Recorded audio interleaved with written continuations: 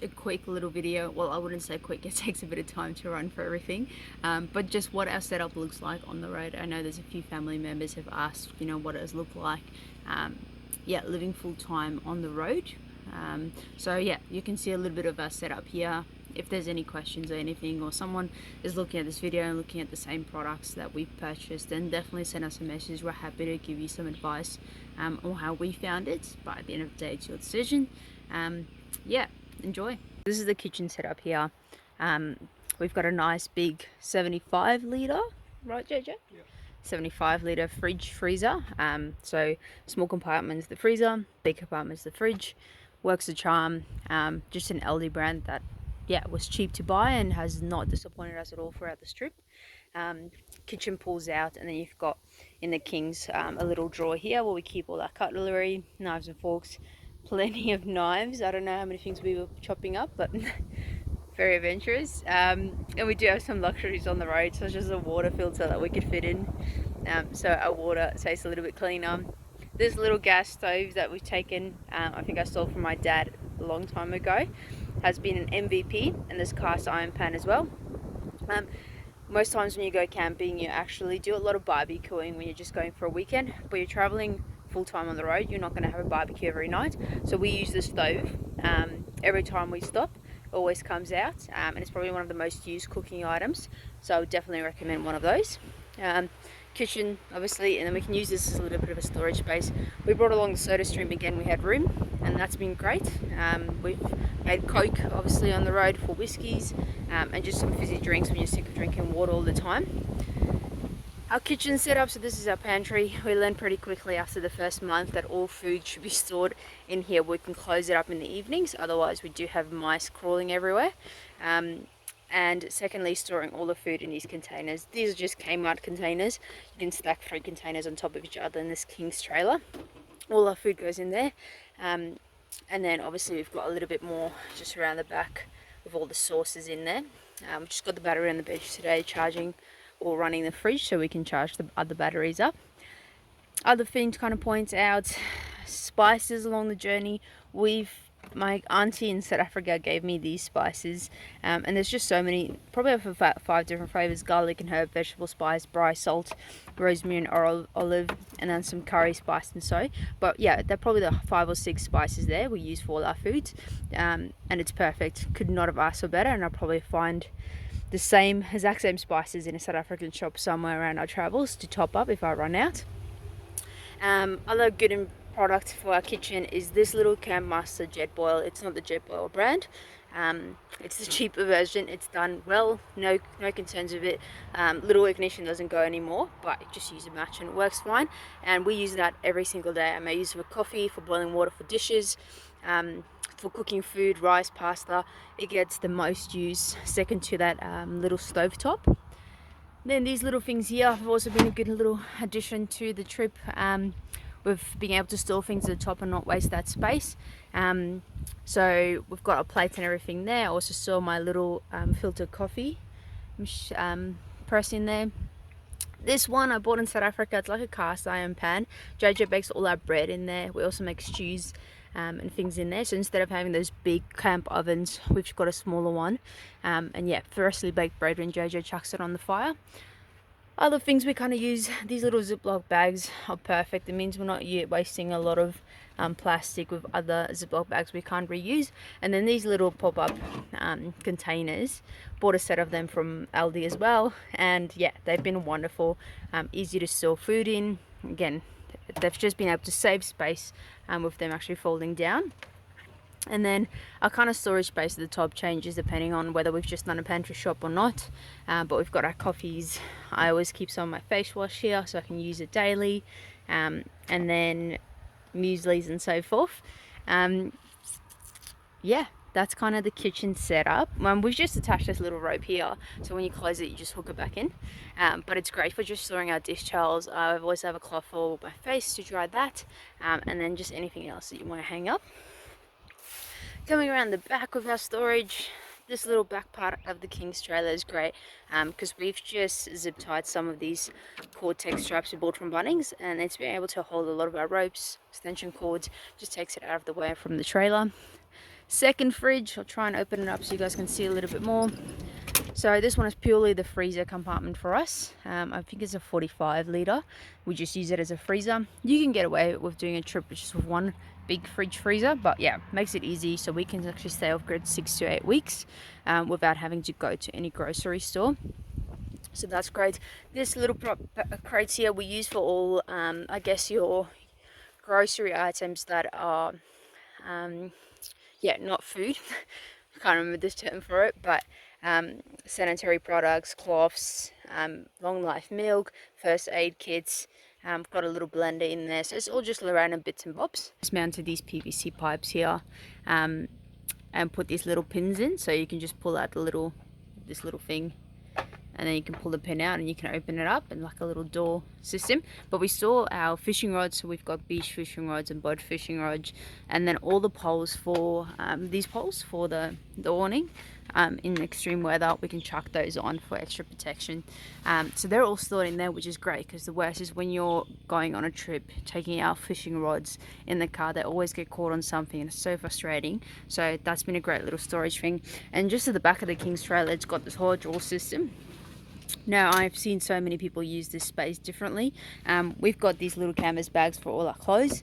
Dust does get in here when you're doing so many dirt roads, so the canvas bags have been good with keeping our clothes dust free. We both have our own little bag, and then underwear, bag with socks and everything, extra jackets. Our fishing reels get stored in there in a little bag as well, toiletries, and then we actually have our electric boat engine in here as well. So it's a little electric motor, goes about 5 kilometers an hour on its max speed, and then we also have the little tinny stored up on the top of the roof. I'll show you from the side. So just a tiny little tinny, nothing too big, so nothing I'm going to be facing crocs with, but that's been a great little addition for when we're close to the beach. In the back of our trailer, and I'll open the other side so you can see that side. So back of the trailer, this compartment here, I'll start way at the back. We actually have an overnight hiking bag of JJ in the back with some of our stuff in there. So our plan on this trip is still to do a lot of multi-day hikes. So glad we brought them. It gives us that flexibility to do them. Some big shares we've brought, haven't used them much.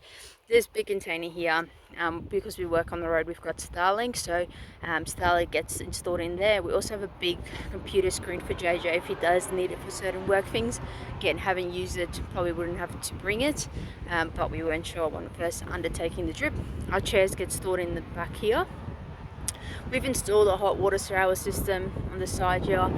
Traveling around in the northern sides, we actually haven't used this for the last 3 months because it's so warm. We just have cold showers, but when we were traveling down south, it was awesome to have a nice hot shower, and then just the pump, so you connect all of that up. Coming around the back, we've got the generator, also in addition for the fact that we run Starlink. Our batteries drain pretty quickly, so we've got a generator. This is a pretty big one, but it does the trick. Then at the front, little barbecue. Also just a great addition. We don't use it every time, but when we're pulling up, we can't make a fire. Yeah, barbecue's a great way, just kind of cook up some steaks, or again, bake a bread when we can't make a fire. JJ would just chuck that little cast iron pot in here. We've got a fire going, bait bag, cords as well. At the top, we installed this platform here, just with, I think it's aluminium bar, just bent it, riveted to the top, and we store usually toilet paper. It goes here. Run out of that, so probably needs to top up. I've got my guitar that I brought along, which is just an awesome little thing for me to do if I get bored along the way, and yeah, stores nicely up there. This one has a nice big dive back, so we've got all our diving gear in there, all snorkeling gear. Obviously being in Exmouth, the first bit of our lap was a lot of snorkeling, and then as we head to the coast into Great Barrier Reef, that's going to be used again, but a big part of that you can't actually snorkel, so it's been a bit dormant for the last bit. This second compartment here is JJ's little nook and cranny. So I said to him he can take along whatever he wants as long as it fits here and doesn't affect everything else. Sorry, just going back to this one. Nice flat pack barbecue. I'll put the name on the screen of the barbecue that I bought for JJ, and he's loving it. It's great. Got little bars that you can rest the Osprey grid on. So that gets used as well. So when we barbecue, those two go hand in hand, and they've been a great addition, and they'll definitely go along if we ever downsize. We'll take both of that with us. Yeah, Jojo just has a lot of knickknacks stored in here, ropes, repairing things, also fire extinguisher. We've got some extra lights, and then back here we've got the inverter, 200 amp hour batteries, I believe, that obviously with the solar panels are charging. And Starlink, usually when we set it up on the roof. At the top there is where it gets the best signal. The Kings, obviously certain things you can add on, but good to be able to just see all the gauges. They're not very accurate. So yeah, sometimes we sell MT1 water and we still have quite a lot in our tank. It all depends on the angle you stand. But yeah, place to switch on and off the water pump. So that's that little setup. Coming around to the front, we've got this Dune shower ensuite, I guess. So Jay just built a great little bracket for it. Here that we just mounted it on, and then it flings out and actually sets up on the space here. And we also have grass in this little storage compartment that we use for showering, so you don't have your feet full of mud. That's been great. That June shower ensuite is perfect because it's got extra poles that you can put in, so not just the ones that click out, so it kind of holds that material out in windy conditions. And we've had that in Esperance in summer, blowing a gale, everything else has to be packed up, and that thing still stood. So if you peg it down, it's beautiful and it's been a great product. Jerry's gets stored in there. In here is just our pegs and our hammer.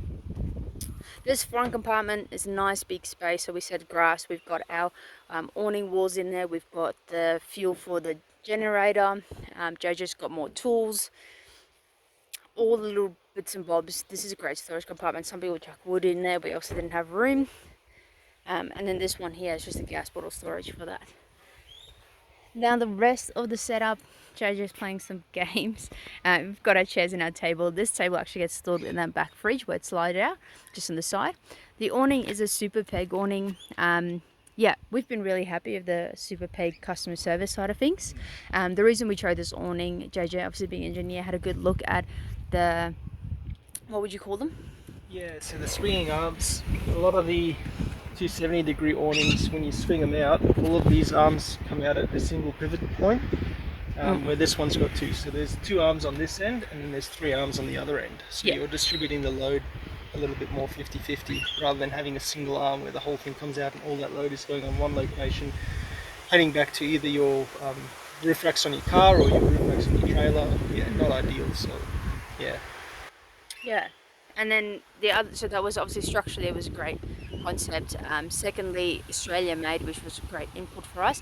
And thirdly, it actually had the longest awning extension length, so it gives us the most cover and shade as well. And so that was a big decision for us. So we've got heaps of room, no matter where the sun is, usually we can find a spot for it. And then we've got the awning walls to actually enclose the whole thing. We did not bring all of them because we find if you just enclose a corner, then you're set. But yeah, super big awning, amazing customer service.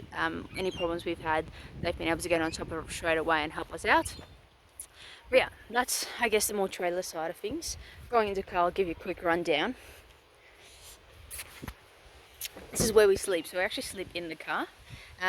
Joe just built us a nice little bed in here. It has been great because it is actually nice and warm in the car, but it's also been a problem because it's nice and warm in the car, traveling around the northern side of Australia and actually following the warm weather. It's been too warm.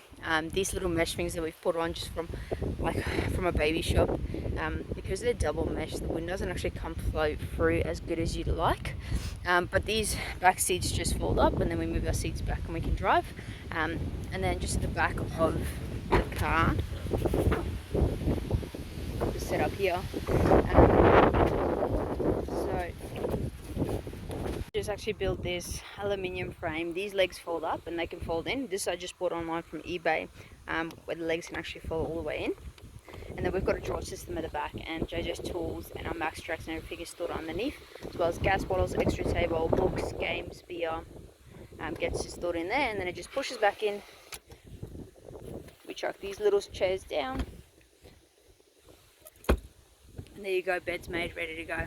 So that's been great, as well as this little mesh thing at the top. I store my hammocks in there. We put our books and phones and things at the top.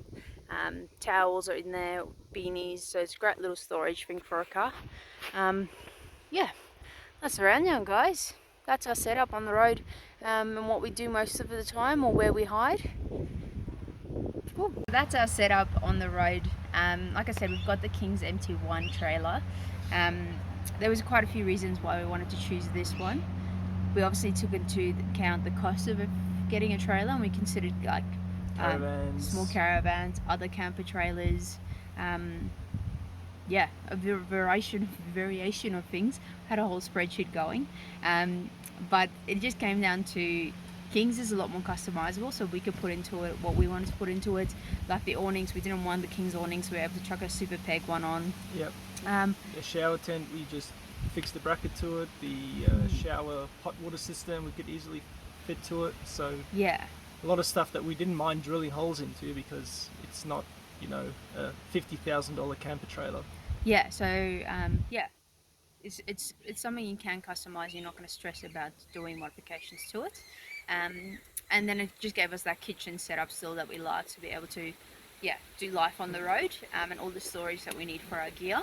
And it's really short. It's a really short little stubby trailer, so it's a lot easier to maneuver into spaces. Yeah, and yeah, I think the width as well. The width is the same width as our car. Yep. So obviously, whatever the car can fit through, then the trailer will be able to fit through. Yep. And the wheel spacing is the same as the car wheels as well. So if you're driving on sand, the trailer will track where the car has driven already. So you're not cutting new treads when you're driving through tracks like sand or mud. Yeah, exactly. And the tires, they've been able to match the car tires as well, and so we've got extra spares along the road. So yeah, it's been great for what the setup is, and the cost of what it is. I think what was it when we bought it? 17,000. Yeah, 17,000. So that's with the kitchen setup and everything, and then obviously you've got to add in your fridges and freezers, which we already had. So yeah, it was a great way to kind of get started with the lab without having to spend so much money on caravans. The ones we looked at, Patriot, for example, as a camper trailer, $40,000 to $50,000. That wasn't feasible for us. It's just too expensive. Yeah, I mean, if you 100% know that's something that you want and that's what you're going to travel with, great. But we haven't traveled up around Australia, so we're not going to invest that crazy amount of money on something that we're not sure about. So we're glad that we bought something that's not too expensive, that we're able to travel with, and then obviously make a decision later on exactly what we want if we ever had to do this again. Yep. And the trailer structurally has held up amazingly. We have not had a lot of trouble with it. Biggest thing was the water tank. Yeah, so the water tank is renowned with the King's trailers. I don't think you will find a King's trailer out there that has not had problems with the water tank. It's a square design with thin sheet metal stainless steel, and they all crack at the welds and at the corners where the sheet metal joins. Yeah. So I think King's is probably going to looking into it or something, but yeah, we had to fix it on the road, and we just fixed it with some Sikaflex, some heavy duty sealant. It's not leaked yet. Yeah. I'm sure it will leak again. It'll make itself known once more. Yep. But the sealant has now held up for, I think, probably about 700 or 800 kilometers. So doing good so far. Yeah, exactly. And I think when you go with the King's trailer and doing something like a lap, you're going to get what you pay for. Small things are going to break, but you've got to be happy to pay for them or just get them fixed. Or fix them yourself. Yeah, like the kitchen table had those two little wires that actually holds the table up. It was probably a week and I broke that already. And then we've just added, Jay just put some straps in and they've worked fine for the rest of the journey. I've burned through one of the straps, we put a new strap on. Like the little problems that come, you can fix easily, but the actual structure of the trailer and the full driving capability of it has been great. Yep. And that has not limited us at all. So yeah, I think it's a great product for full driving if you're going on a budget. Definitely add it on. And the Pajero has its own set of problems and flaws, but it's done well so far to get us there. So yeah, that's our setup. The Pajero 2012 model Gen 4 diesel, and then the MT1 for the Kings. Yep. Cool. But if you've got any questions or you're looking at doing something similar or any of the products, send us a message and we'll try and answer your question as well. Oh, did you tell them about the car awning? Oh no, sorry. So on the car awning we've got, is it a Wanderer? Yeah, that thing is old. Just a Wanderer, one of those that you roll out and you put both poles out.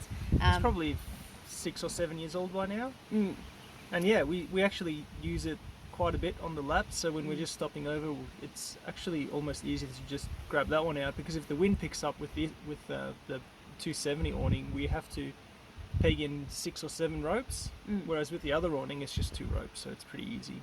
Yeah. And it takes no time to unroll and set up. Yeah, so, exactly. Yeah, I was surprised at that. I didn't think we were going to use that awning much at all, and yep, there you go. Keeping it simple is actually really effective. Yeah, and the car usually stays hitched onto the trailer when we're just stopping for a night or two. So sometimes if you don't park it at a certain angle, you can't actually get the 270 out, so you have to use the other awning. So yeah, that little awning has been great. I'd keep it on the car. Yeah. Cool.